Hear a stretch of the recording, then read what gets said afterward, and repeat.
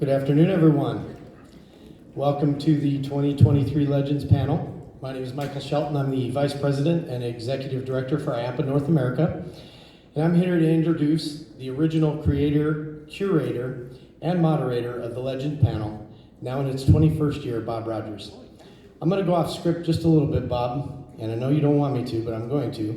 When I started IAAPA about 7 years ago was the first time I met Bob Rogers, and I knew Bob, like many of you, through all the years of seeing him here and his involvement with IAAPA and in this industry. And I have to tell you, he's one of the most humble, gracious people I've ever met, and he's been so generous to IAAPA, and he's brought this panel to us every year, and I just want to say thank you personally to you, Bob, for being such a wonderful contributor to our organization and bringing this panel to everyone.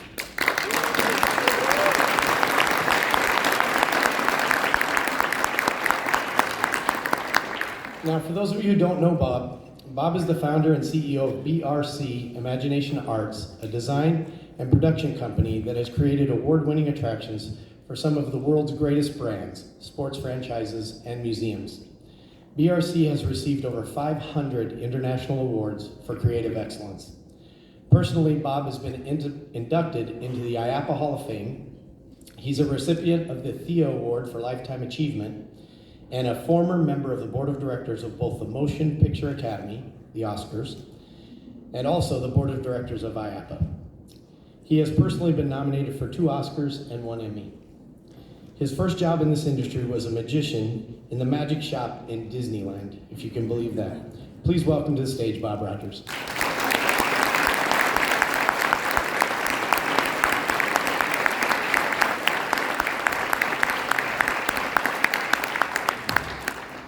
Okay, I'm going to close this. No explosions, good. Hi, welcome to your 2023 Legends panel. Today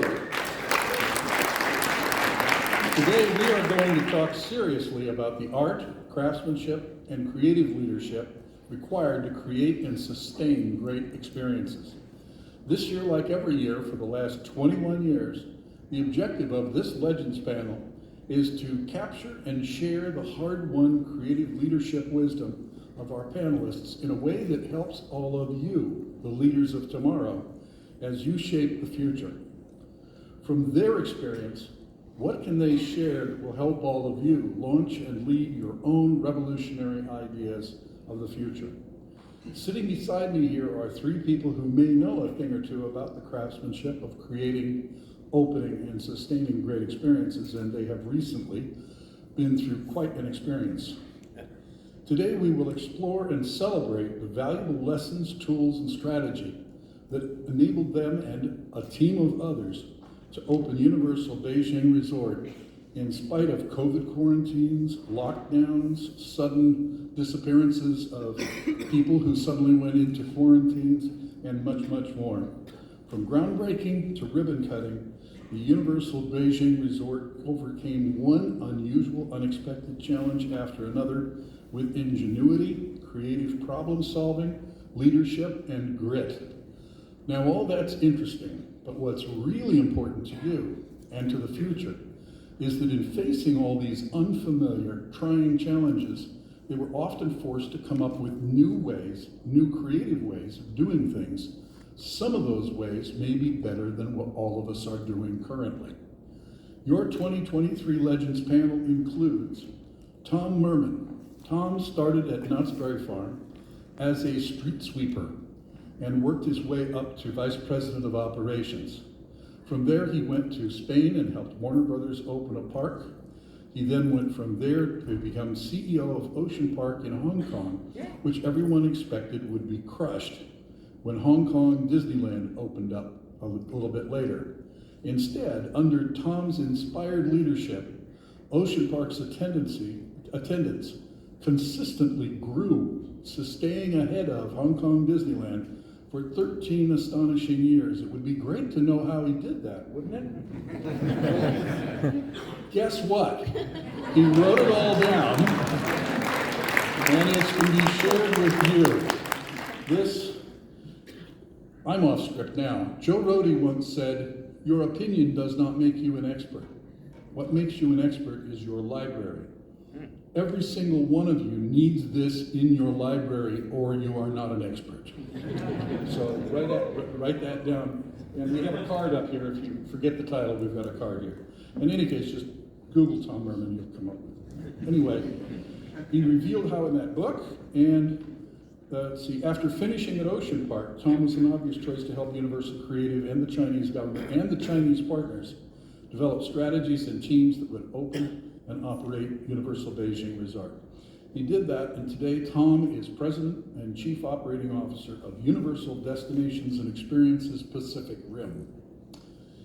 Sylvia Haas, talk about a legend. As President and co-owner of Haas Entertainment, Sylvia has been the creator and producer of an impressive body of award-winning, world-class events and live shows across the United States, Asia, Europe, South America, and at the Universal Beijing Resort. She was the creative force that adopted How to Train Your Dragon from film into the Thea award-winning stage spectacular Untrainable.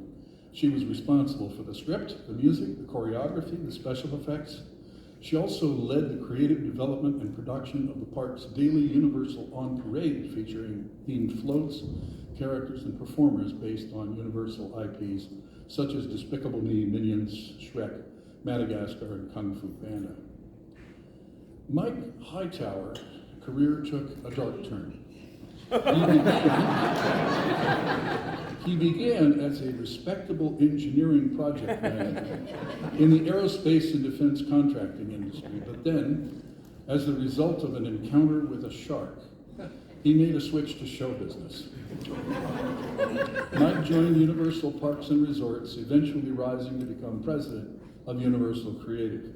For 26 years, he participated in and eventually came to lead all aspects of planning, design, and creation of Universal theme parks, resorts, city walk venues, and new ventures worldwide. He championed projects from concept through opening in the United States, Japan, Singapore, Spain, Dubai, and China. And eventually, he became senior vice president and was responsible for the delivery of Universal's largest project to date, Universal Beijing Resort. Today, he says he's retired, but only time will tell. Today, I'll be asking each of these three to share how they got the Universal Beijing Resort built, staffed, and open, their insights, their strategies, the lessons of a lifetime, some of which you could be applying to your own work by next week. But first, it takes a huge team to do something like that project. These are just three of the many, many key leaders, world-class talents, and team members who helped to create and open Universal Beijing Resort, some of whom are no doubt sitting out there among you today. So I'd like to request, if you helped to create, open, or operate Universal Beijing Resort in any capacity, please stand up and receive our appreciative round of applause now. Fantastic.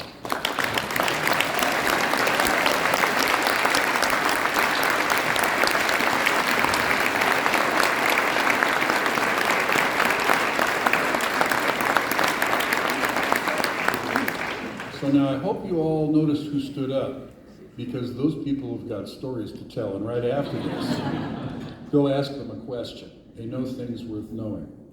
And please also, after this, come up and say hi, because your panel has agreed to stick around for a while. After this panel, sign autographs, or if you just briefly want to say hello, that's okay. We'll form a line on that side over at Tom going that direction. With that introduction, ladies and gentlemen, please welcome your 2023 Legends panel.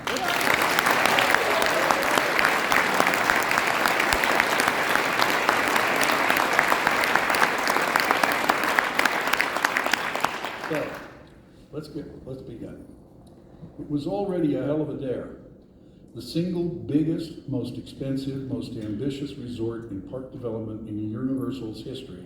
7 highly themed and expansive lands, a city walk, Beijing, adopted to Chinese sensibilities, 2 themed hotels, including Universal's first ever branded hotel, the Universal Studios Grand Hotel, on-site member housing, that was different, plus expansions of the city transportation system and a whole bunch of other firsts.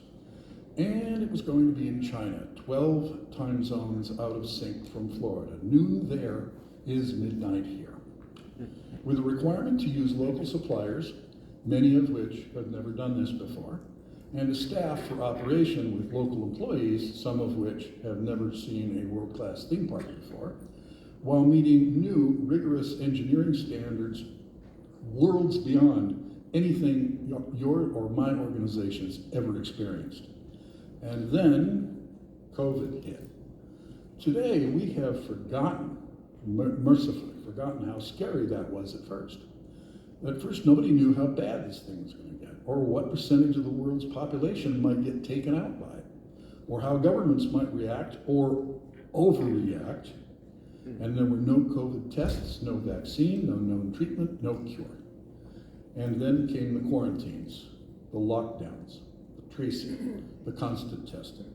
So I'd like you guys to start out, set the stage by talking a little bit about the scary and confusing early days of COVID and how that immediately impacted what you were doing. Directed at anybody? You guys, conversational, interrupt each other, talk over each other, follow each other, whatever you like. Well, okay, I'll start. I'm sure Mike and Sylvia have their take on this. So it's December 2019, and a lot of people are getting sick in Wuhan. It's not really it's not looked at as anything too serious. It's just an epidemic. It's growing, getting bigger. We get through December, we get into January. There's still something happening. It's being kind of muffled, talked about a little bit, but not a lot. We're having what are considered spring functions, which are big celebrations for the upcoming Chinese New Year. And so there was a joint venture construction spring function. There was a management branch, if you will, which is what I was overseeing, the operating side of the group's spring function. And we keep hearing something's going on in Wuhan. And for many people, they headed home who were visiting from the States, and some went home sick. Now, at that point in time, I don't know if anyone even knew that was COVID. There may have been some people carrying something this direction as well. But we all finished, and then because it was spring break, a lot of people went on vacations. And so many people did vacations in the area, other people were doing vacations back in the States or in Europe, wherever they may be from. And the news started breaking, and so I had to come back to Orlando for a strategic meeting, and I was leaving when they said it looks like they're going to shut down Beijing Airport. And I didn't know if I'd get back. And so as I was flying this direction, I had asked my assistant, please keep checking, keep me on a flight coming back. And eventually everything was locked down. And at that point I was here and I needed to be there. And so we finished the strategic meeting and my secretary said, well, the flight's been canceled. I've got you on a flight in a week. At this point, there really weren't quarantines happening. There was really nothing of that sort. No real severe action had happened yet in January of 20. But everything was starting to just pick up. So I got on a plane in LA a week later than I had hoped. And I began the process of making my way back to China, but I was the only foreigner on that plane heading that way. And everyone said, what do you go in that direction for? And I said, I've got a job to do. Signed up to do something, we're gonna deliver it. And so I went back and landed and never came home for 2 years. And I jokingly say this, that I was under 2 years of hard labor and solitary confinement in China. But it was completely by choice that I stayed there for that because we knew what we had to accomplish and we knew it was only gonna get that much more difficult. And so I made my way back. Already they were putting temperature check stations in place. China is digitally so advanced. They already had their WeCom or their WeChat systems QR codes set up. They were already beginning to check people into your housing, into your residence, into the work site. And we had I'm thinking 20 to 30,000 people, Mike, that were construction folks who had gone home for spring break that were all gonna be coming back. And there was a whole degree of preparation going on to get them back. But it just started your mind going of what is this? What is it gonna be? And there is no relaxation of opening date and no relaxation of budget. we got to deliver this thing. And so we just stayed very much on task. But I think those initial thoughts were, what is this? It should pass quickly. We all kept thinking this should pass pretty quickly. I had been in Hong Kong during what was it called? SARS, thank you. How soon we forget. I was in Hong Kong during SARS, and that seemed like an eternity, and it set all sorts of new practices for how we evaluated risk. But nothing, obviously, set the tone for what COVID did. And it was just one of those things where I was trying to recall my time in Hong Kong and say, how can I apply that against what we're doing? And so a lot of things had to happen at that point. Communication with staff, preparation for confidence of what was ahead, although we didn't know what was ahead, and keeping people focused on the task, while many of our expats wanted to get home. They didn't want to be in that environment. But I know Mike has a story to share as well on that, because he was there with me. Yeah, so just to piggyback off of what Tom said. Okay. So when the company actually announced that, okay, so there's something going on, it didn't even have a name yet, right? So there's like within 2 weeks, we want everybody to come home. Everybody means, of course, all the expats. And so a good number of our people were already abroad because it was during Chinese New Year, and you might as well leave China at that time and go on vacation, so everybody, it was scattered around. And so certainly the majority of the people that were already abroad said, I mean, they were the smart ones, that said, okay, I'll go back home. And then a few of us that were abroad said, I'm going back. So I went back immediately, I just wanted to be there. It was a scary time because we had no idea. I mean, you heard bad things coming out of Wuhan, but I will compliment the Chinese government in this case that in that first version of what we became known as COVID, if you isolated, it really did stay put, essentially. So we didn't know what it was going to be like in Beijing. I mean, we were like suited up to go to the grocery store. We didn't know what to do because there was no protocol, right? There was no playbook, and but it did turn out that it basically didn't move into Beijing. I mean, I know people question maybe the numbers that they posted, but I mean, it was in the hundreds of people in a 20+ million population city. So we were super fortunate about that. When Tom said they brought back the workers, the construction workers, which were all over China, they brought them back, and everyone, of course, was tested. They weren't allowed to take public transportation. They were picked up by company vehicles and brought back to site. And once they were on site, they were 100% sequestered. If they said, I can't do this, I have to leave, they couldn't come back. So we never had one COVID case, and it was 20,000 people. We never had one COVID case in the entire time, but it was a very certain unnerving time, at least in the beginning, until we kind of got a better handle, and of course then it spread throughout the world. Anything else? Sylvia, where were you when the thing started? I was actually in Japan and opening a show there, and I left for dress rehearsals, wanted to go back to soft opening, and the Japanese client said, hopefully I'll see you, but most likely not. And I was like, oh no, COVID, no, I'm going to be back. Well, I was not back because everything shut down. But for Universal, my plan was with mostly my team to be there like roughly 3 months before opening or soft opening, because it was mostly the team was in Melbourne and in Canada and in the UK and in the US. And then when it became more and more about a shutdown and we realized what the pandemic will be, I know Mike had meetings about what about if Sylvia can't come to Beijing, who's going to direct the show and the parade.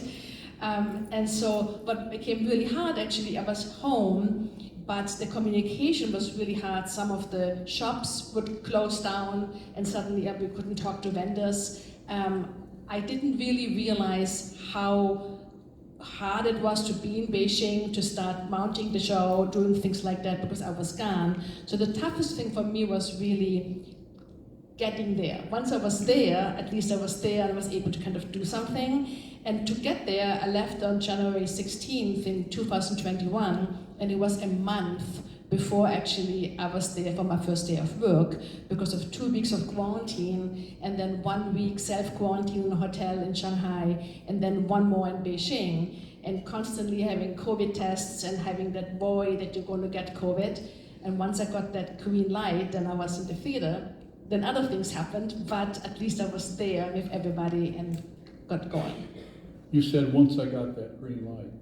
Talk to us about this, your phone is giving you a green light or a red light if your phone system knows that you were in contact or in the same room with somebody that had COVID.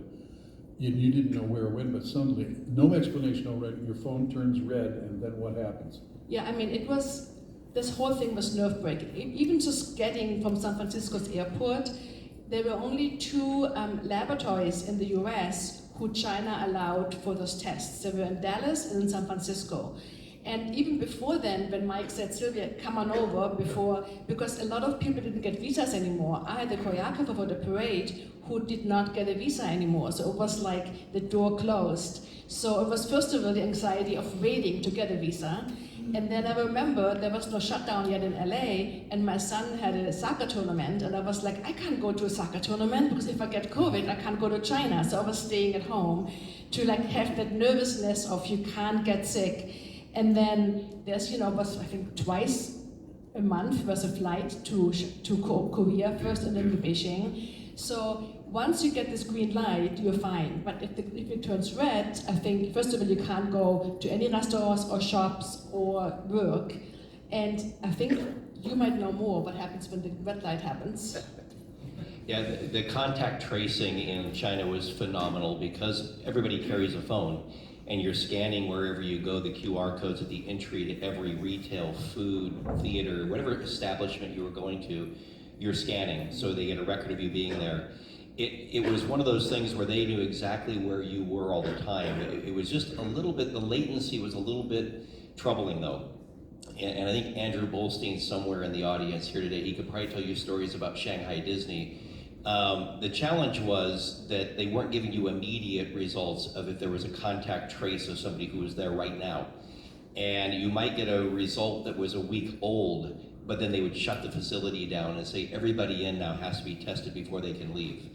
Now, in the case of Beijing, Universal Beijing Resort, they had us put QR codes not only at the gate, at the metal detection bag check when you arrive, but at every single unit, retail, ride, show, facility. So we had to staff an additional 300 people just to be at those scanning locations. And they were making sure everyone's scanning so there's a record of the contact tracing that's occurring. And occasionally we would get a call that somebody had been detected a week ago that had COVID. And they would say, anybody with a QR code from that visit has to be sequestered, but they're away from us now. But anybody who's in the park today that's been in that facility has to be tested. The assumption being that it's lingered for a week in that facility and there still may be a chance. But we were able to do it facility by facility instead of entire park. There were pros and cons, but again, it was dealing with an unknown. It was dealing with something that nobody was quite sure how to deal with it. And I think what they deployed from a digital management system was just phenomenal from the standpoint of contact tracing and the ability to really locate anyone. I think some of you may know the Chinese symbol for a opportunity is also the same symbol for chaos, if you will, or for disaster. And I think the best thing we kept reminding ourselves of is that every crisis is an opportunity. And we kept looking for where those opportunities might be within this crisis. And it was a regular review. I can't imagine what that would be like to be suddenly your shop that you're depending upon for a certain part is suddenly, so they're all at home. Their phones turn to green, so you're not getting your meeting and you're not getting your part. That must have been fun. What were some of the other adaptations just to being in Beijing? Such as, I understand they sometimes have dust storms. You want to talk about that? Yeah, yes, they do have some dust storms, but it really didn't, it didn't affect us that much. I don't remember us shutting down too much. One thing, though, that did affect us is the control that the Beijing government wanted for pollution. And in this case, that if you saw any of the photographs of the construction of Beijing, what you saw from an aerial shot was green cloth. So we have 1,000 acres of green cloth. If a car happened to be parked or a vehicle happened to be parked and it stayed overnight, it was covered with green cloth. And the idea, of course, was that we wouldn't create dust. And so the Beijing government had cameras and sensors on our site everywhere, and that they could monitor the dust level back in central Beijing. And if we exceeded some level, then they would shut the construction site down. So keep in mind, if we had a mass grading project for 1,000 acres, we lifted the site 2 meters. 10 million cubic meters of soil were imported, spread, and compacted, and we had to do it with no dust. So the first year of the project, we were shut down 240 days. And we still did recover. And I didn't even talk about, we excavated 1 meter below ground first, and then filtered all the debris, and then put it back. And then we did 2 years. But anyway, so that was the thing about really, the thing that affected us was our own internal dust, as opposed to, dust coming from the Gobi Desert or something. Talk a little bit, Tom, maybe about crane, the crane issue.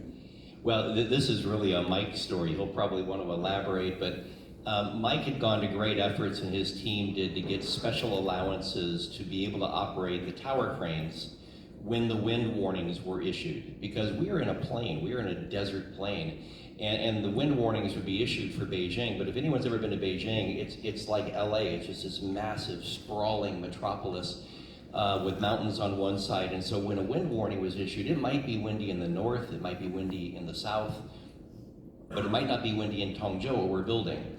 And Mike had lobbied with the team to get allowances to operate the tower cranes if we had the anemometers on there, where we could register what the wind was doing, and we could at least operate them until the wind was going to be a problem for us.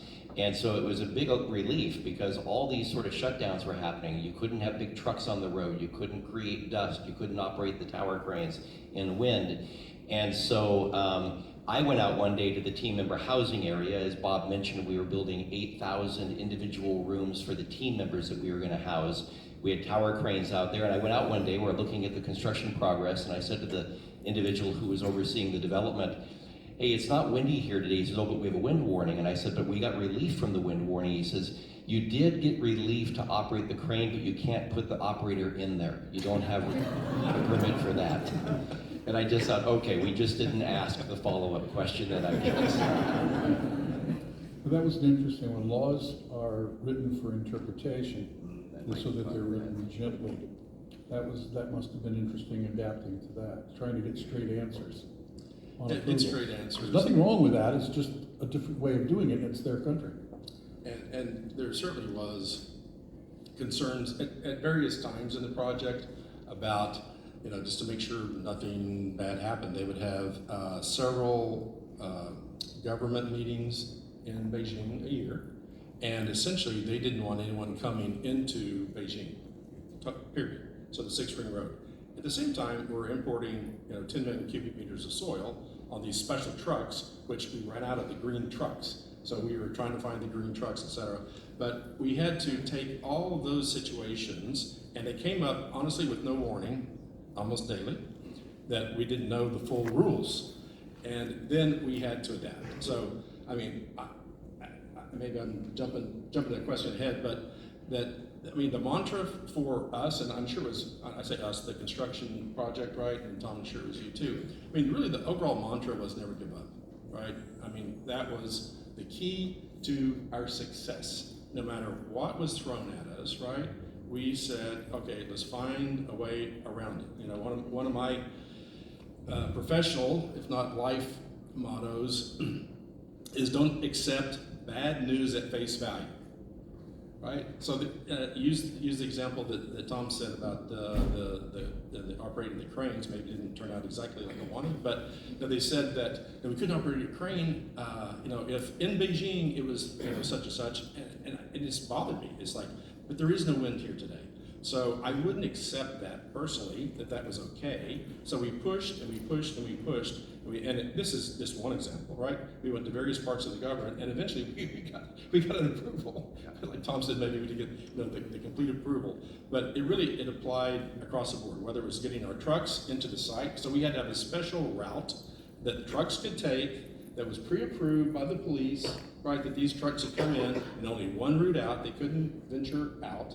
Right, we had to, control the dust. We had to do all The list goes on. There's thousands and thousands of things that we did. But my thing that I'm going to repeat probably over and over, I can see these people, is that we never gave up. You know, whether it was getting the vendors back. Can I go on just a little bit about this? I think one of the biggest success stories of the project. So after COVID, came in, and I don't blame China for shutting the borders. They shut the borders, right? Because clearly, as you saw, the world saw, right? And America was the worst, right? COVID cases at the wazoo, and people getting on airplanes, and so sometimes they did. They tested negative before they got on the plane, and after they got off the plane, they tested positive. It happened to some of our team. And so they shut the borders. So we could have said, okay, well, let's just wait. Let's wait this out. Let's see what happens. We could have all gone home and just waited for things, but we did not. And so one of the biggest challenges is how do we get our people back? Because 2/3 of the construction project, they were back in the US, and I don't blame them a bit, and 1/3 of it stayed. About 90% of our vendors were in their various places throughout the world, right? And it was early in the installation phase. In some cases we weren't ready, but other cases we didn't need those people. So how do we get them back? So there was a slight crack in the window in the law that the Chinese government passed, which allowed people to come back with a special visa, right? If you had a standing tenure visa, and probably many people in this room did at that time, it meant nothing. You would not get on the plane, you couldn't come, etc. You had to get a special visa. So I can't give enough compliments to our global mobility team and our government relations team in Beijing for going to the Ministry of Foreign Affairs, back to no giving up, right? We went to them and said, okay, this is a very important project. And Beijing admitted this was, actually at that time, we were the second most important project, with the Daoxing Airport being number 1, right? And we were number 2. And so they wanted to get the project done, but they really, really did not want to bring people back. And I was even asked several times, okay, how about 10 people? It's like, I can't pick 10 people, right? It won't work. We have to get engineers back, we get our team members back, etc. So we would write a list of the most important people at that time, take it, and with a lot of pushing on the government, they would give us special visas by individual name, right? And some of you in this audience may have been on the receiving end of one of those special visas, and then our global mobility team would call that person and make sure they were paying attention, because they had to go register at their Chinese embassy in their country. So many people had to take flights to go to the embassy to get their visa, because it came from their country, to get on planes. In the end, we brought back 700 people. Everyone had a special visa. People like, companies like Boeing, ConocoPhillips, all these different companies that were in Beijing, expat companies, Mercedes, BMW, etc. They came to us and said, how'd you guys do that?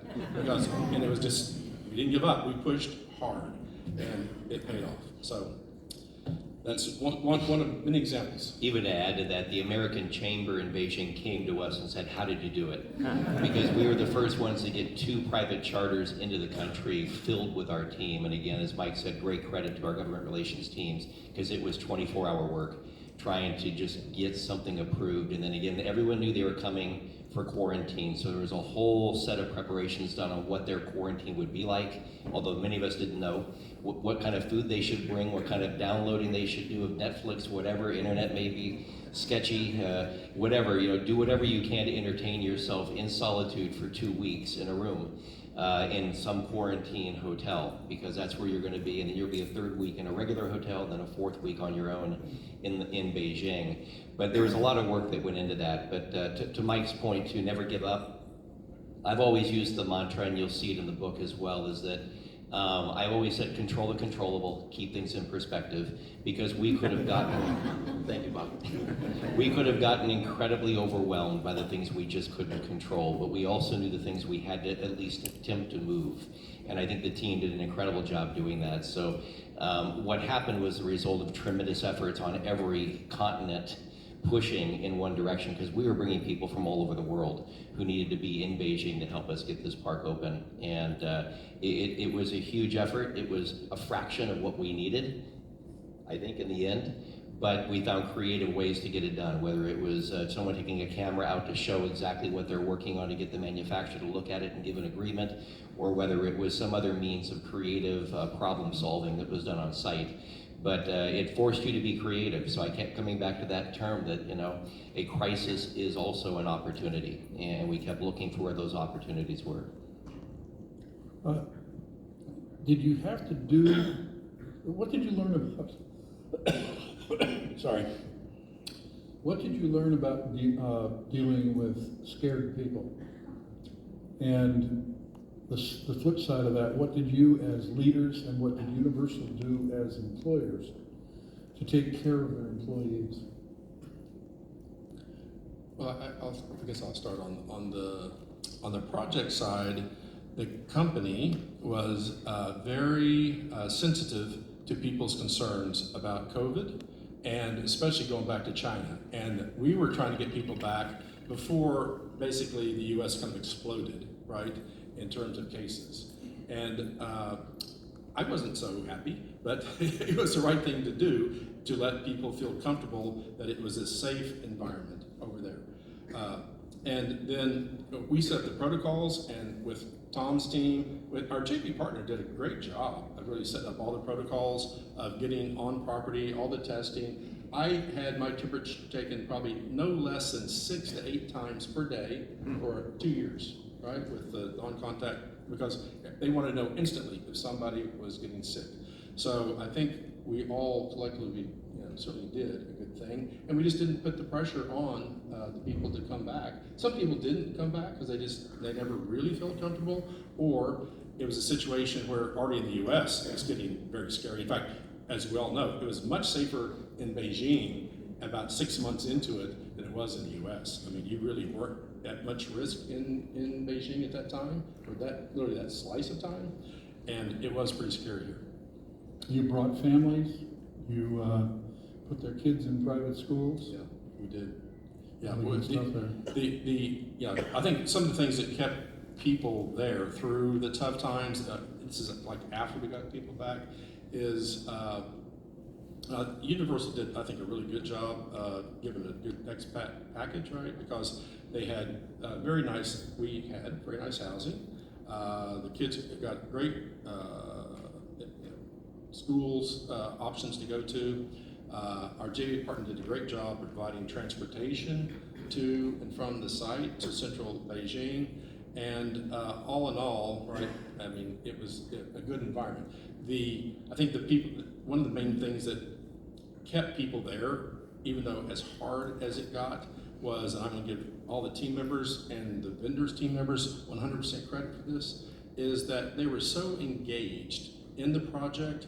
They believed in the project. They knew how good the design was. They knew there was this huge demand for some fun entertainment, because Beijing, as we know, has lots of cultural things to see. It's fantastic, right? But there's not many fun things to do, right? And of course, the theme park is about fun. And so, anyway, all in all, I think we did a good job of keeping the people there. They were just so engaged that they really wanted to stay. Very much like the States, I think immediately schools were shut down. Everyone had to do homeschooling. So it put a real pressure before it ever even hit the States of what people needed to be doing. But again, I give a lot of credit to the digital systems that were already in China. And so even for us, we had to hire 13,000 people during this window of time, but we could not bring them in to interview them, and they couldn't come in to do their applications or anything else. So we hired almost 10,000 people by either just CV or resume or by a video conference. We even did a job fair one day where we were doing it by live streaming, and we had all of our people talking about what a great opportunity this was, because as Mike said, there's really nothing in Beijing. We were hiring for jobs that nobody really had the skills for in the community, but they wanted it. They thought it was exciting, they wanted to be a part of it. And so during this live stream, we had over 500,000 people that dialed in to listen and watch and learn about this job. We were amazed by the numbers. And again, it's China, so the scale of everything can always be multiplied by 100 or 1,000 or 1,000,000. But it was really heartening for us to know that we're trying to hire 13,000. There's at least 500,000 out there that have an interest. in being involved in this development, and then getting them into the property and moving to the next stages were just as difficult because you had to bring people in, they had to get their temperatures taken, they had to be prepared to come in with the QR codes. And they started doing the vaccinations in China early as well. I had my hand up, I'm ready for my vaccine. I think Mike may have as well, but we were age disqualified. Anyone over 60 couldn't get a vaccine. They weren't doing seniors. It made me wonder, how sure are you about this vaccine if you're not going to do the seniors? But the reality was they wanted to get it tested, get it going, and then we were on the next wave. And so I ended up getting 3 vaccines while I was there as well, and tested just constantly. No matter where you're going, what you're doing, QR codes, temperature checks, you're constantly being checked. And it just became a way of life. No one even thought twice about it. But again, it just became part of the routine. With the inability to move all of your technical people to site, some of them still didn't ever quite make it. Sylvia, you told me a story about baby dragons and the need for having your technical people on site. That's a hard one to do by, on Zoom or whatever. So talk about your baby dragons, because that was an interesting story. My baby dragons. Yeah, so, I think I would call it like creative expectations. When you create a show, you always think about, how you're going to execute it, and if you want the best of the best. And, I was reminded with the baby dragons that the most important thing is to have a very strong storytelling and a very clear emotional journey for the audience. Because then, if things go wrong or the execution you wanted is not happening, you can go back to that emotional storytelling and understand how to alter it. And one was our baby dragons. Towards the end of, with COVID, a lot of vendors shut down, or was also the sentiment and the urgency, do whatever you can, finish your work and put it in a box and ship it to Beijing, and we'll open it and see what happens. And with those dragon babies, we knew that they're going to be manually flying. We did not know that the manipulation to do it were those really, really awkward bicycles. And those bicycles had to be up in the catwalk, so our dancers had to take off the Viking boots, put in other slippers, go up the catwalk, and bicycle to move those dragons. But the problem was they didn't see the dragons because there were supply chain issues, so we couldn't buy little monitors so they could see what they're doing. So it was one of those, good luck, just go. And so those dragons would go right and left, and I was like in my thing going, that wasn't what I was, envisioning. They wanted to interact with the actors and all of that. And I was like, that's not going to work. And Mike was smiling because he thought it would work. But I was like, it's not going to work. And I said, let's go to media. And we worked with the media team to put those baby dragons onto the hologauss we had. And I thought, yeah, so the projection can interact with the dancers, a beautiful blurring the illusion between live and media. And it looked fine. But that heartbeat was gone. And that's when I really had to go back to the story and realize that moment for me was about charm and about hopefully a parent hugging their child, because it's beautiful to see baby dragons. And I realized that those round, beautiful little fiberglass dragons are so much more emotional than the hologauss media. And we went to the bicycling, and we changed the staging around and made sure that nobody would get this crunkle baby into their head or something. The technicians were in the wings catching them when they came in. And you know what? It was one of the biggest applauses from the audience, because it did deliver the charm and the beautiful moment, even though it didn't have all the intricacies I was imagining. Another sort of supply chain story that you talked about that I thought was interesting was the problem of doing a parade rehearsal where the timing of the arrival of the different floats is so critical, and you only have half the floats. Yes, that was exciting. I mean, there was also a wonderful learning curve, because doing parades and the whole, even the vocabulary of step off and the pacing of it, a parade is only successful with the right pacing. And the one thing which was exciting but really hard of a decision we made because of COVID was because we had different IPs, each piece of unit had their own music. Yes, there was one overall arcing rhythm, but still, when you heard the Minions, you heard Happy. And when you hear Madagascar, you heard move it. And so the pacing was the biggest problem because we didn't have our floats. So we had people who pretended to be floats with, like caution tape. So we had to learn how to have the parade pace. The audio engineers were able to kind of tag the parade, but also the cast members were able to see how that works. So it was a really interesting, rehearsal process. And we started with like only 2 floats, and then surprise, there was one more float. And it was really funny because I've never seen so many executives who had anything to do with the parade memorize the delivery schedule of floats. We knew exactly, everybody knew the day and the hour it would leave Canada, when it would come to Beijing, how many hours or days it would be in custom before it would come to the land. So that was special. We are right now about halfway through, and I need to pause for a little bit of housekeeping. We cannot do these panels without your support and your permission. And we do them only because you request that we do them by giving them high ratings. Our show ambassadors are now going to start passing out the tablets on which you will rate our speakers. If you're enjoying this panel and you'd like us to do one of these again next year, please give these speakers all the highest possible ratings, and keep in mind that 2 of these panel members flew from Los Angeles here at their own expense just to talk to you today. If you don't like this panel so far, write me a note and I'll see that it gets to the right place. And for that, thank you both, or all 3 of you, for giving us your valuable time. I think you deserve big smiles on the checkbox. Now back to our legends. I want to ask, what on earth is CSEI? And what did you learn from this?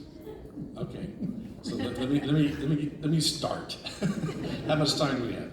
Okay, so CSEI, Chinese Special Equipment Institute. I think it's Research Institute. And they are the governing body within China that regulates rides, right? Specifically rides, right? You cannot open a ride in China without their approval.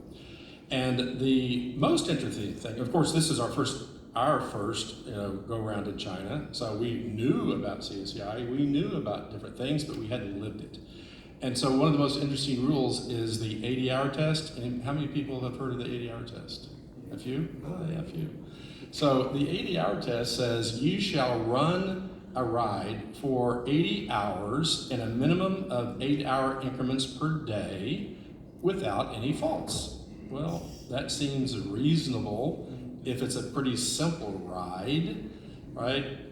But some of you know our rides are quite complex. I did some math once, and it's probably off a little. Steve can probably correct me. But if you count the computer cycle time, right, how many times, however many milliseconds it is, and the number of I/O, right, that we have on the Forbidden Journey ride, in the course of 80 hours, there's over 1 billion opportunities for a fault.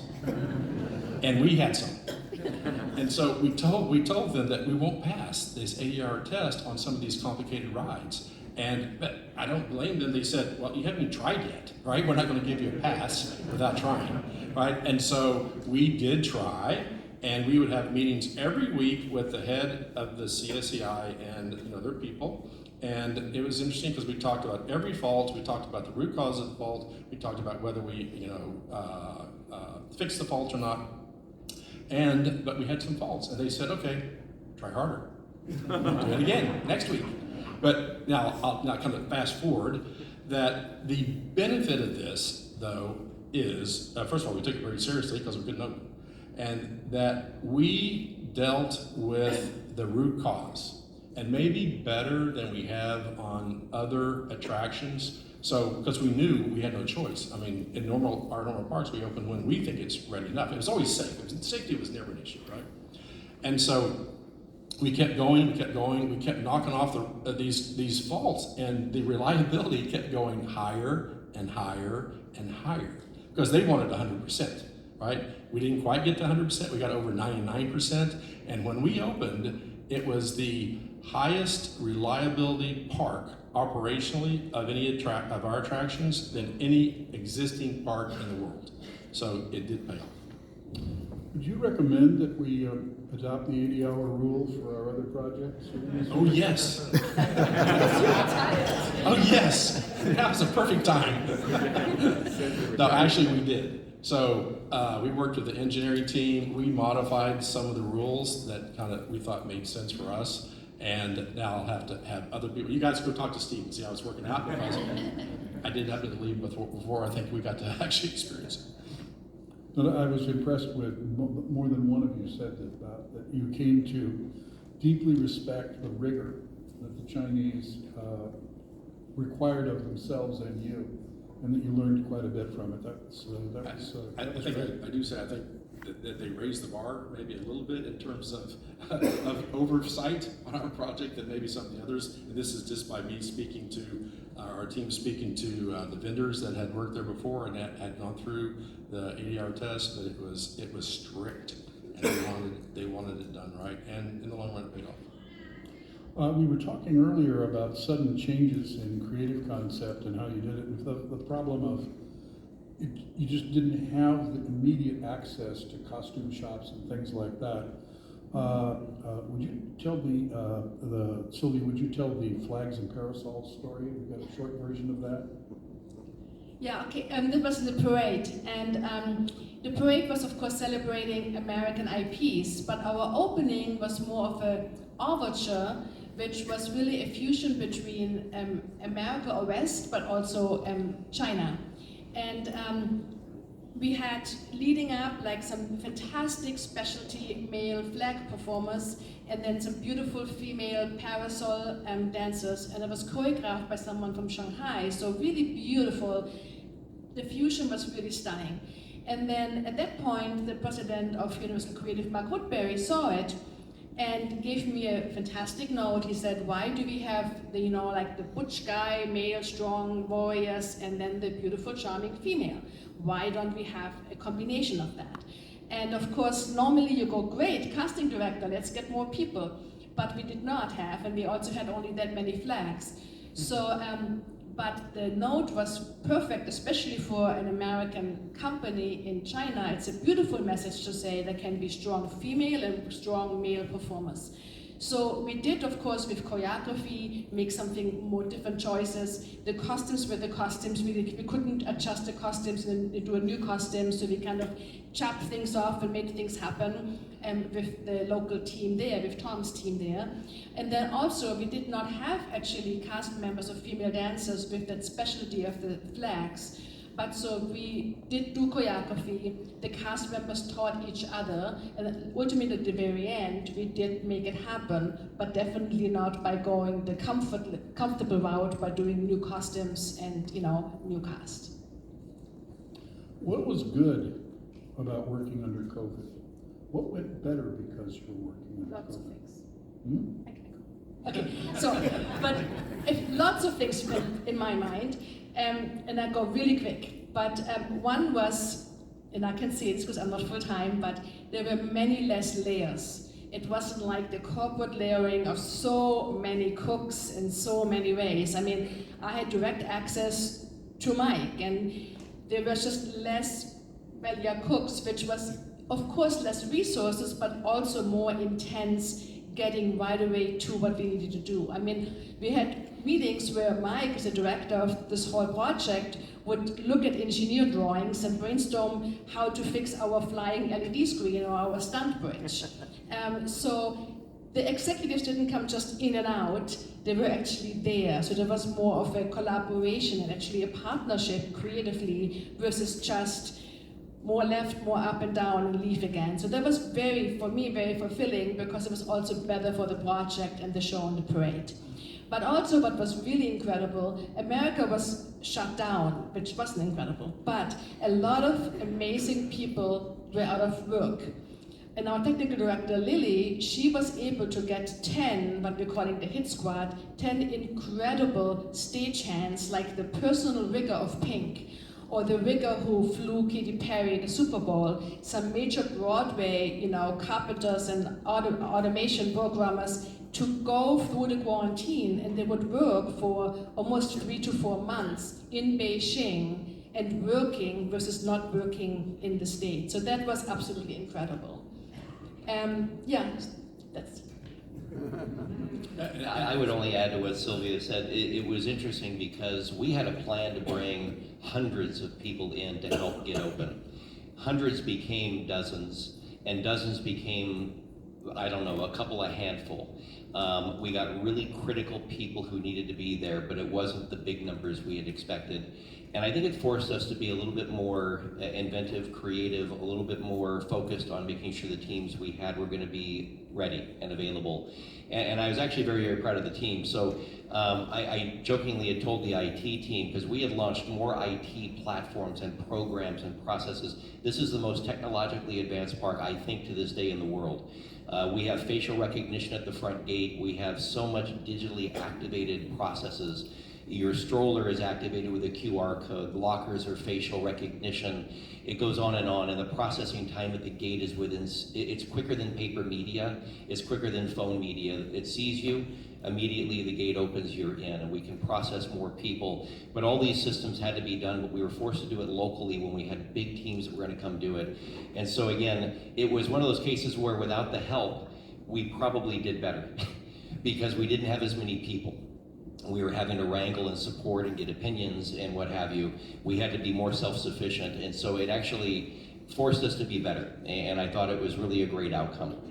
Yeah, and my corollary is that we found more local vendors than we would have because we really had to get more support.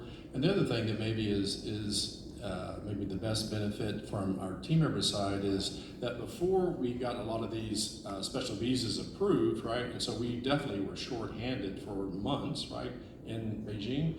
The people took on more responsibility, the team members took on more responsibility and really rose to the occasion. I mean, I think they really stepped up. They knew that, we had to do this. And it gave them, I think, a level of experience and responsibility that they wouldn't have got if it had been more of a normal project where we were able to just bring in more people as planned and sometimes unplanned. A lot of opportunities. Sometimes I know that I personally came out of Epcot, a time when in a matter of a few months that Disney decided that they were going to open Epcot, and a year later Disney Tokyo. And as a result, they needed to take their employees at Walt Disney Imagineering from about 350 needed to get to about 2,500 so fast that they hired a lot of complete idiots. I was one of them. And snuck in and in the vacuum of talent was able to sort of make good on the false promise. And this is one of the other things I really just talking with the three of you that I admire. That project was an opportunity for a lot of people, younger people of many different ages, to suddenly have tremendous responsibility, matched with authority. Yeah.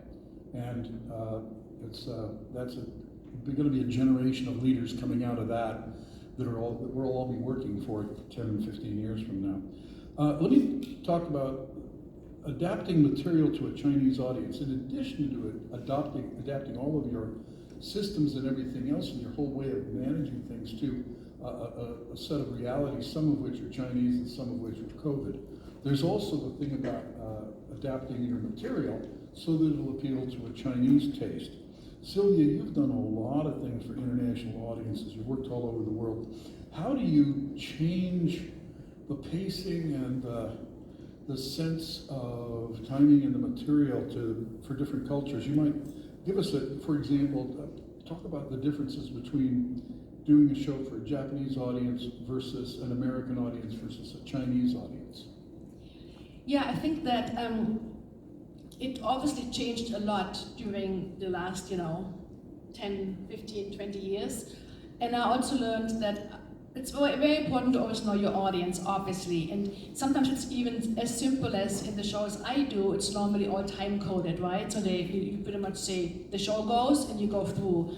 So one of the biggest ones are honestly applause breaks. how much do you do an applause break? When it's too long, it becomes really awkward. But if it's too short and you step on a line, then it's also, you feel like you're not allowing the audience the most important thing they do, the dialogue between you and the show, applaud or to react. And so in Japan, in the very beginning, it was really much more reserved. Even when I looked at China, in China, I more got introduced to the audience for the classical music. I worked with the composer Tan Dun, so I would go to his concerts, and it was very reserved, but also almost a little bit more demanding. Like, they would applaud when it was good, which is different from, in my mind, sometimes maybe here in the States or even in Europe, where if you buy your ticket and it's very expensive, you better applaud. But I also learned throughout the years that really the most amazing thing about a theme park is, of course, that you're transcended into your fantasy world, right? And the shows I do are mostly IP driven. So those shows or parades get you into how you felt when you watched that movie or you met that certain character. And all of a sudden I realized more and more, once you're in a theme park and you're like in that different fantasy world, even when you're maybe more the reserved Japanese culture or something, you are allowed to be a super fan. And all of a sudden you can act differently because you're in that fantasy world. So it's always a fine line to look at that, and for me personally, it's mostly the applause breaks, because my material is always IP driven versus original driven. I've got a follow-up question for that. A lot of people, I think including Universal, expected that when you were given the How to Train Your Dragon, that you would do what Tony Baxter has called a book report, meaning you're going to do a ride that is sort of the feature, a regurgitation of the feature with the major beats of the feature. And instead, you threw the film out and you did almost a sequel or a completely different story with Untrainable was the title of the show. It's a marvelous show. Why did you decide to do that? I normally listen really to my clients, what they want. And it was an objective was a flying dragon, retell the first movie, and a spectacle. And I think a lot of times it's a very successful plan. Let's take, I did a show for Tokyo Disney Sea based on Little Mermaid, and it's only a 14-minute show, but it was very easy to retell most of the movie because the pillars of the emotions in the story are normally songs. So you take the opening song, you take the dilemma song, you take the happy end song, and you're pretty much getting the show. This IP is incredible, but it's much more panoramic and it's symphonic, and you don't have songs. And so from the very beginning we knew we wouldn't have Vikings break out into like a 5, 6, 7, 8 dance break, right? They're Vikings. We also knew that the principal characters would never sing. So we knew that, and also we knew spectacle in China means you can't keep up with a spectacle in China, but you can keep up with a spectacle if you again have a really great emotional storytelling. And our show was 20 minutes long, so we knew we had to take the sentiments you get out of the IP, like the dragons with the Vikings, the nature, the family aspect, the friend aspects, and create a story which allows you in 20 minutes to receive those emotions. So it is a spectacle, but you have a beginning and an end, and a middle and the end. This question I think Tom will have an answer for maybe. On every project, creative leaders and engineers must decide what functions to automate and which functions to operate. Automation raises the investment that you have to put in, but hopefully lowers the operating cost, whereas operating lowers the investment but increases the operating cost. But there's a different equation in China where very often they value what others might call an inefficient system because it leads to full employment. How did you sort through what to automate and what to live perform? We were pretty fortunate, Bob. The government 20 plus years ago had decided they wanted to bring in a world-class park. And so Tom Williams and the team at Universal had already had discussions starting in 2001 with the Chinese officials. And as time went on, they located a site. It ended up being in Tongzhou. And they had decided this was going to be the most advanced park that had ever been built. So we already had a green light to find automation as solution to labor wherever it made sense. And so very early on, we had a very traditional entry. We had the ticket booths. We had, I don't know, let's say 40 ticket booths where you're going to walk up and buy your ticket. We said, you know what? We can eliminate those because everything's going on the phone, everything is digital, and we're going to do facial recognition. It had already been rolled out by Alibaba in Shanghai for the transit system, and we said, we're going to do it. Now, we had to sell this idea internally because it had never been done, and at least in a theme park setting. But we had a great partner in Alibaba. We had a great set of leaders in the technical side of what we thought was possible, what we could do. But we were able to cut what would normally be your front gate staff from 40 ticket booths and let's say 50 turnstiles down to probably about 20 people that are there that are just helping and moving from turnstile to turnstile because everything is happening so efficiently with facial recognition. And that was a really good chance for us to automate something that has just been so traditionally manual over the years. And again, it was extremely effective. That system, and again, I should be touching wood, has had 100% reliability since the day we opened. There has been no downtime. There have been no issues with it. It's having great partners. It happens to be Chinese technology predominantly, although VGS is one of the vendors who's now with Accesso, who was a partner on the ticketing system. And even for them, we said, here's what we want to do.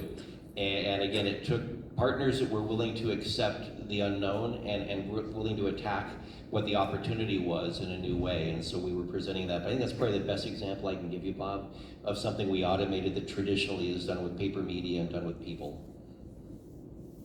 Good. This project probably confirmed some classic leadership principles, but it also probably generated some fresh insights. In talking with the three of you to prepare for this, you guys have some great one-liner management advice that really is really solid. And some of it is classic, and some of it is kind of new coming out of Beijing. What would be some of those? Give us some thoughts on your leadership insights that are either new or that are never old. Okay, well, I'll start one. All of you, I'm sure, somewhere along the way have read Covey, Seek First, Understand, Then Be Understood. It's in the book as well, Bob, if you could hold that up for me. I have lived by this principle forever, and long before I ever got to China, before I was in Spain, when I was in California, I was using it long before I read Covey. It was just an affirmation of what we need to be aware of when you're leading a group, is take the time to understand before you're just impressing your view on a situation. Mike was in the process with his team of getting things finished. And what happened was there was a whole set of documents. This was not in our set of agreements, but what evolved was the partnership wanted us to sign that we had received something that was done. And so as we received something that was done, it would then turn over to operations, and we'd begin working with it and putting the people in there. And so I was meeting with my counterpart, the general manager of the joint venture, and we were running into a lot of issues where things weren't done. And so I met with him, and I said, his name was Tai-Yi, or is Tai-Yi, and I said, Tai-Yi, I gotta tell you, things aren't done. And he says, what do you mean? And I started telling him what wasn't done. And he goes, oh, they're not done. I said, well, yeah, they're not done. And he said, well, no, they're not done. And I said, Tai-Yi, these mean the same thing to me. Done, it's the same word. And so we had this kind of going around discussion for a while, and I thought, wow, I don't get this one. So I went back and talked to my human resource leader. Her name's Maria Yin, local person, just fabulous. I said, Maria, I had the most confounding discussion with Tai-Yi, and I didn't get a conclusion. And I said, we were having a discussion on done and done. And she goes, oh, done and done, that's the same as finished and complete. I said, Maria, those words mean the same thing to me as well. And she goes, oh, not so fast. Famous proverb, if you marry the spouse of your dreams, your life is complete. If you marry the spouse of your nightmares, your life is finished. And I said, all right, bring it back to done and done. And she goes, well, if it's done, it's finished. If it's done, it's complete. I thought, all right, I better be paying better attention, asking the next question, and taking the time to truly understand what I'm hearing. But for me, it just reminded me, ask the follow-up questions, stick with the topic a little bit longer, and really probe a little bit deeper. But it was funny that she had such a quick response. And I began using that everywhere I went. In fact, I think I said it at the TIA event earlier this year as well. But that was certainly a lesson for me, Bob, to remind myself to go back to the book and to really remember. I wrote the words, I understand this, I need to apply it. Sylvia, you said something that I thought was very interesting, a little bit specific to this, but you said, be patient with the people who are not here yet, because they have no idea what's going on. Talk about that just a little bit, would you? That was more also a lesson for me when, everybody was, not everybody, but a core team was already in Beijing and I was still in Los Angeles, or when I was there and my choreographers were still in Los Angeles or wherever they came from, that it was such a situation really hard to communicate, because as soon as you had like a little phone call and you looked at the schedule, or even Mike would say, oh, this is happening, 10 minutes later it changed. So it was very hard to communicate and to keep things going when we were further away. But if I may, look what you just said regarding the understanding things, what I really learned more and more, and especially this time in Beijing, to really listen and embrace your interpreters. Because you get normally feedback from your executives or from the cast or like your own team. But the interpreters obviously know both languages. But I had this one incredible interpreter. She would give me ideas, or she would say, what about this, or what about this? And to me, it wasn't about maybe her ideas, but it was obviously her instinct that to me was that there was something which was not working I was doing for the Chinese audience, or just for her, I didn't quite know. But it was really great to say, listen to the team who is local, who are not your clients or your team members, and not necessarily listen to the idea, but understand there might be a problem and really look at that. And that was kind of a lesson I learned there. I'm going to make the announcement now that Mike is going to write a book that all of you are going to buy. Mike didn't know that until this moment.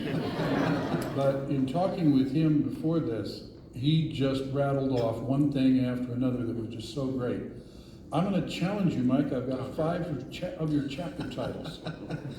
And I'm going to give them to you one at a time. Oh my gosh. And I want you to give me a couple of sentences explaining what's behind this idea. One of them I think you've already mentioned, never give up. Never give up.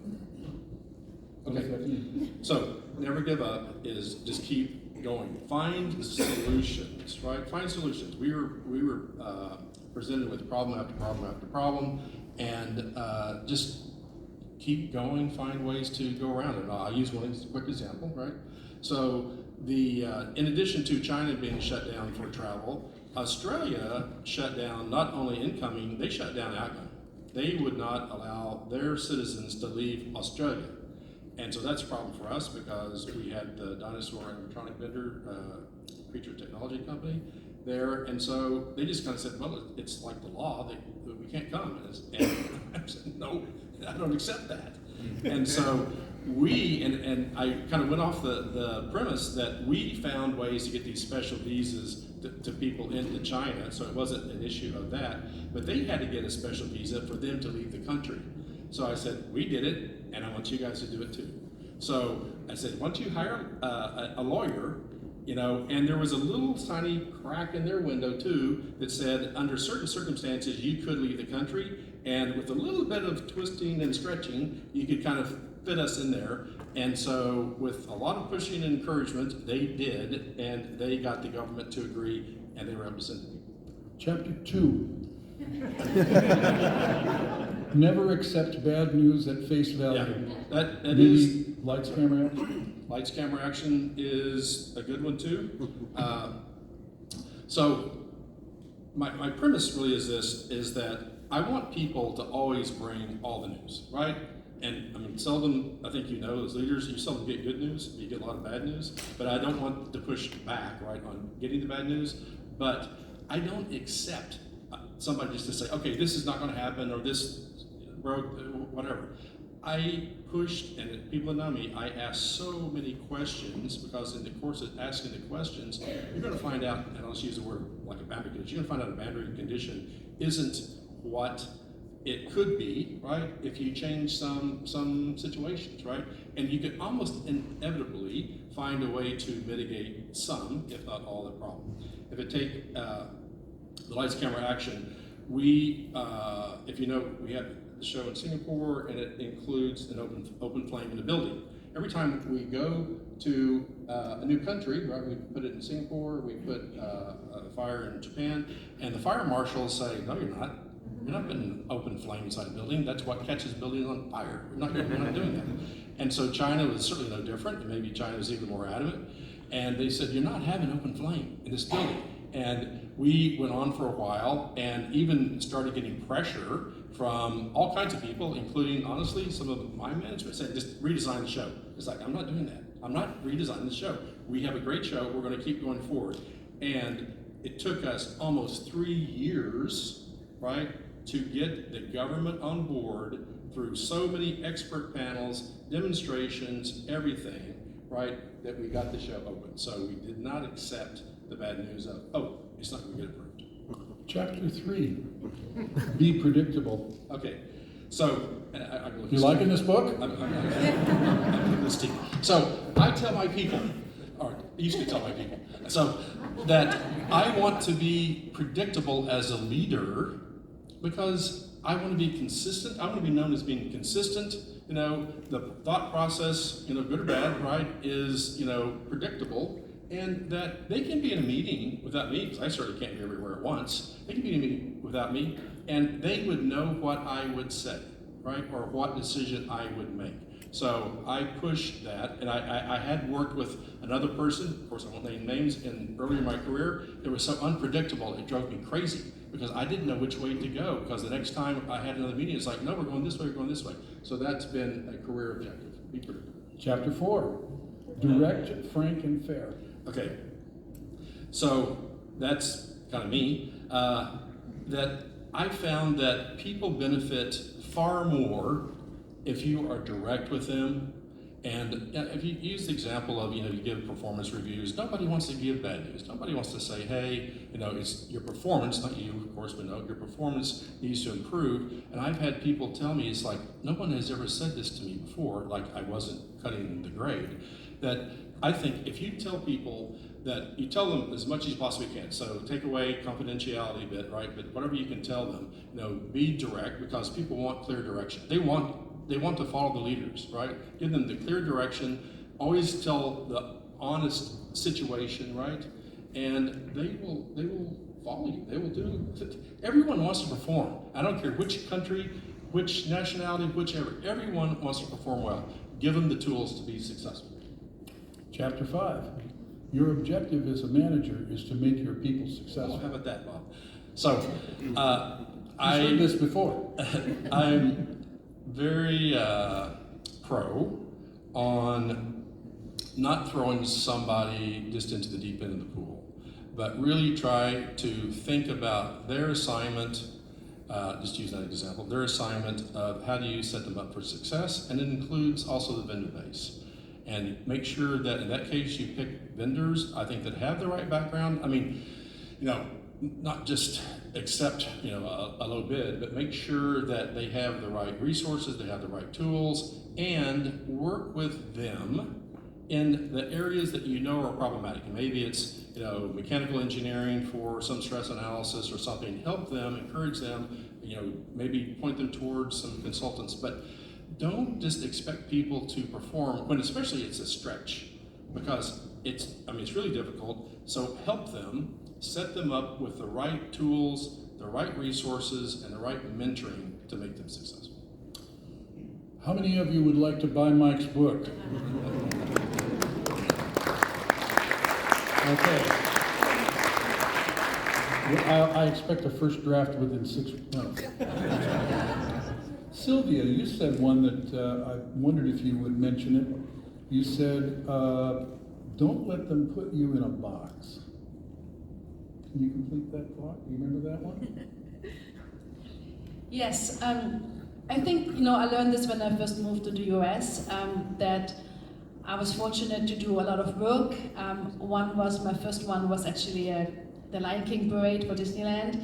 And it was really great to see, and I think maybe that's the reason I'm still freelancing, to see when people know what you can do. I felt like you were in the box. And I felt like I was 24, I cannot do parades my entire life. And so I think it was really important, and looking at this also with my team, that if you have a great team, if you are creative, if you have the right, you know, attitude, you can do anything. You don't have to do only one thing or the other. And so I'm looking at this when I work with my team, but also for myself, to make sure that you get a variety of creativity. The variety will only make you grow, and not just stay with the one thing you know you can do or you were successful with. Yeah, and the part that I loved about that was where you said bosses tend to assign you more of what you've already done well. Yes, So don't get stuck there. Yes, exactly. You know, try to stay sexy, meaning don't just like keep this one thing, you know, because I learned this also, that normally when the exciting project happens or something new happens, a lot of times it's like, oh, who can we call, versus, oh, she or he did such a great job, let's give them an opportunity. So always stay versatile and, you know, look at everything you can do, because the more you have, the more you can also mix those experiences in different mediums into something new. Tom, nobody else has mentioned something that you mentioned that's really, really important, and that's when you're going into a country or a culture, especially even if possibly with a different language that you're not native to, the importance of having the right partner.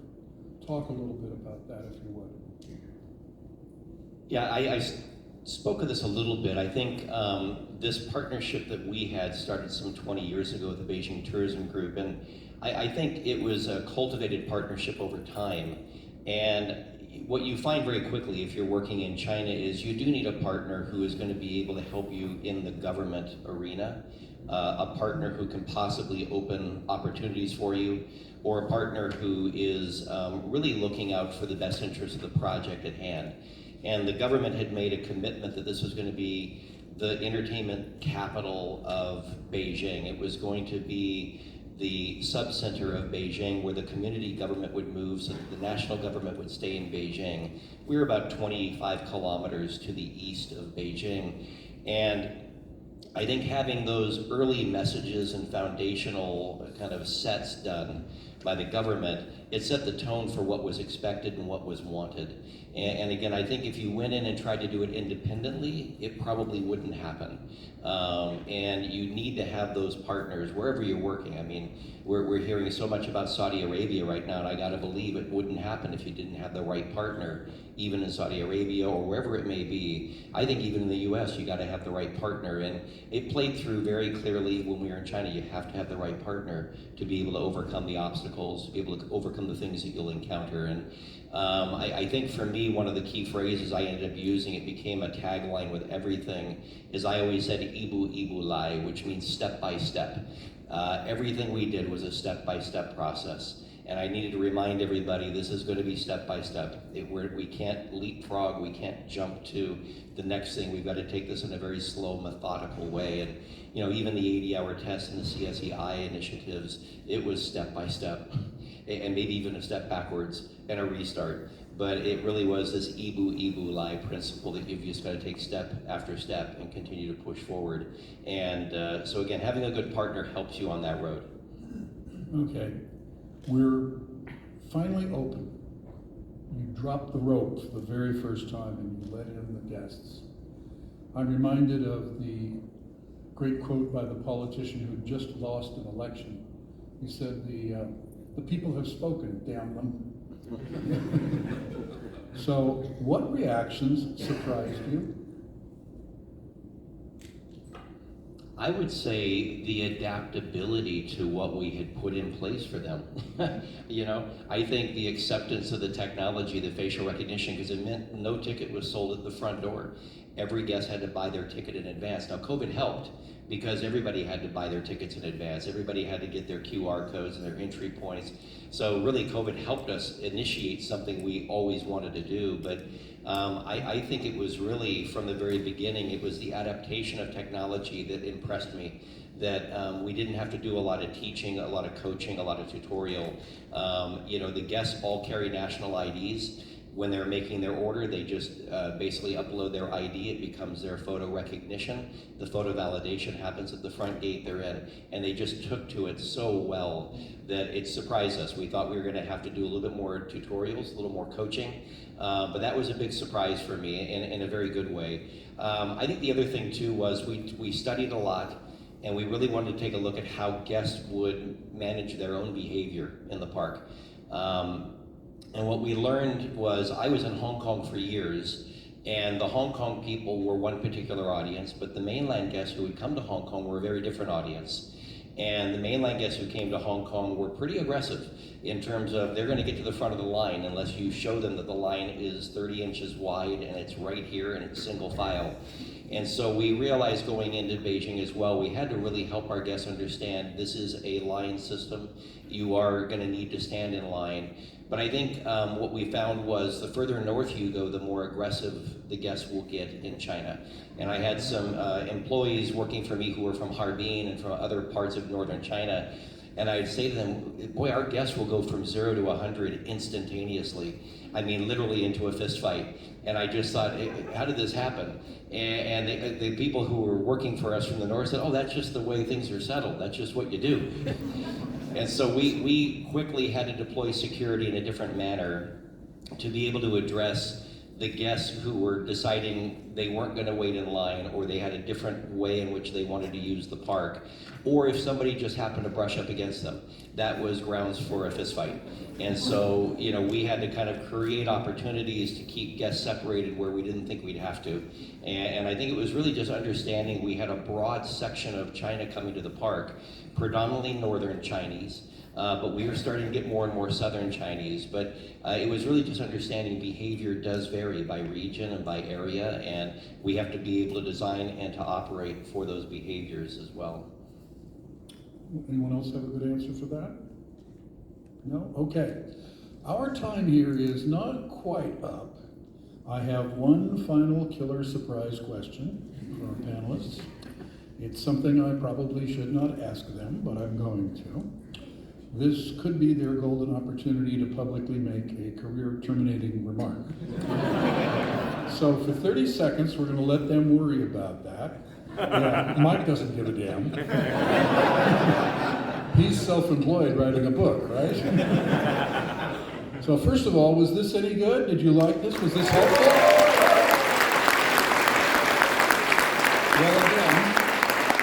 Well, again, we can't do this without your support. Fill out that tablet. Give us some high marks. If the tablet didn't reach you, I think when we line up here, we're probably, if we've still got the tablets, let's circulate the tablets in the line. Give all of you a chance to vote several more times. Let's see, immediately after the killer question, we're gonna line up. We start, the head of the line will be in front of Tom. The back of the line will be around there someplace. And these guys have actually, knowing that we didn't have a bookseller, these guys have actually brought something that they can autograph for you if you want. And in Tom's case, it's a card that tells you how to buy this. So you'll have your autographed copy when you take your card and paste it into your copy. Let me just give a little clarification on that as well. I am probably overselling the book, but there's a reason. Any money that's made, any money, goes to a scholarship fund, which is then managed through the IAAPA Foundation. And so I wanted to make sure that people who have an interest in being in our industry who are disadvantaged have an opportunity for a scholarship fund. So, buy many, it all goes to a great cause. So if you don't have one, I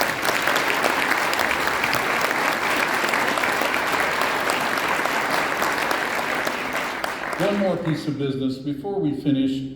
All of us, I think, want to say a big thank you to our terrific show ambassadors, most of which are students studying to join our industry. If you have an internship for them or a job for them, please go give them your name card or get one from them. They will really appreciate it, and you will appreciate shaping the generation that's coming after you when you take all of the good stuff you've learned here home, et cetera, et cetera. So right now, give our show ambassadors a big round of applause.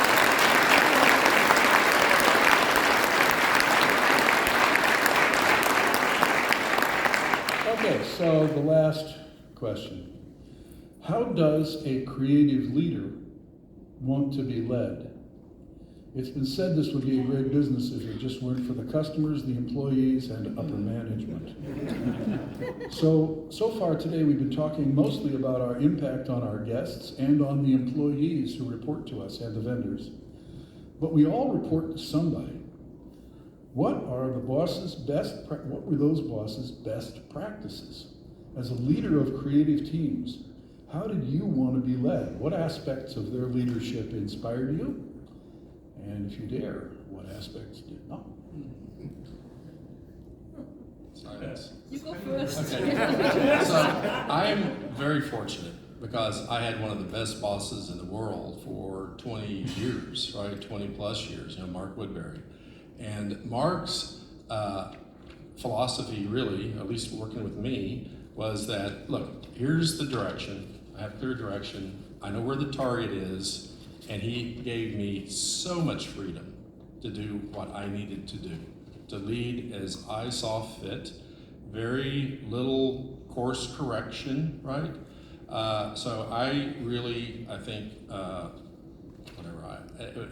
it worked for me. It made me so happy to stay because, one of the things I've heard is that people hire on for the job, they leave if they don't like the boss. And I stayed at Universal, my 27 years. I had a great time, and I had a great boss. So I really appreciate the way he gave me so much freedom. China was the extreme freedom, right? Because I was the leader over there. I communicated a lot back to the mothership. We got tremendous support from not only, all the way up from the NBC, theme park division, NBC Universal, and Comcast, and one of our biggest cheerleaders is Brian Roberts, who's the chairman of Comcast, giving us the support, but it's boots on the ground, and we made all the decisions, right? Because there was no one else to, check. We had to just make our decisions. Mark, fortunately, came over at the very end. He tweaked, a few things creatively, but all in all, it was great, and I appreciate it. Somebody's got to tell us what not to do. Okay, I try. So I don't really have a boss because I'm freelancing, but I have many clients. And so what I always appreciate is information in the beginning. Not just, oh, Sylvia, create this blue sky thing, and it's like this most amazing thing, and then suddenly it's like we have no money. Or we have a marketing campaign and you did not know about a marketing campaign. So I love when I get direction of this is the objectives, this is the business objectives. There's a reason that show business is called show business, right? So you need to know the business aspect. You want to know what is the marketing campaign or how does this potential show or parade or event fit in the business plan. And the more I know, the more I can actually create within that umbrella and give back. So that is one I always appreciate, the upfrontness and the straightforward what it is. And then the other one I really appreciate when I have clients, when I don't get necessarily, some people speak in solutions versus in problems. So I get a lot of ideas or solutions versus necessarily really understanding why that solution is happening, meaning what is the problem. And I always appreciate understanding the problem and then being allowed as the entrusted creative leader to suggest solutions which fit within that idea. So those are the two things I would say I appreciate when I work with clients. Tom? I don't know if it differs too much, Bob, from what both Mike and Sylvia said. I think over the years what I've learned as well is if it was easy, we wouldn't be here. there's a reason you see these jobs through and stay with them, because you're willing to take on those harder tasks, you're willing to commit yourself, and I think it probably applies to everybody in this room. But I always found I flourished best when I was in an environment where I was told what needs to be done or what the objective is, but you were given the latitude to find the solution. I think that showed trust, it showed that they believed in you, and I think I've always tried to exercise the same approach. I'm reminded of, there was a book called The Speed of Trust, and there's an old story in there, for any of you who know the Nordstrom department store chain. Nordstrom used to have a one-sentence employee guidebook, one sentence in the employee guidebook. Use good judgment at all times. How great would that be, right? If that's all you had to put in your SOP, or you had to put into your guidebooks or to your guest. But I mean, that was their philosophy, that their sales associates should use the best judgment at all times. Even if that meant snow tires were brought back for a refund, and Nordstrom doesn't sell snow tires. You give a refund and you move on to the next person. But I think use good judgment at all times was something I've always tried to apply, but give people the latitude to do what you hired them for, or what they have demonstrated they can do. Ladies and gentlemen, I would like you to stand up and give a standing ovation to your 2023 legends, Tom Lerner, Sylvia Haas, Mike Hightower, and our writers. We will see you all next year.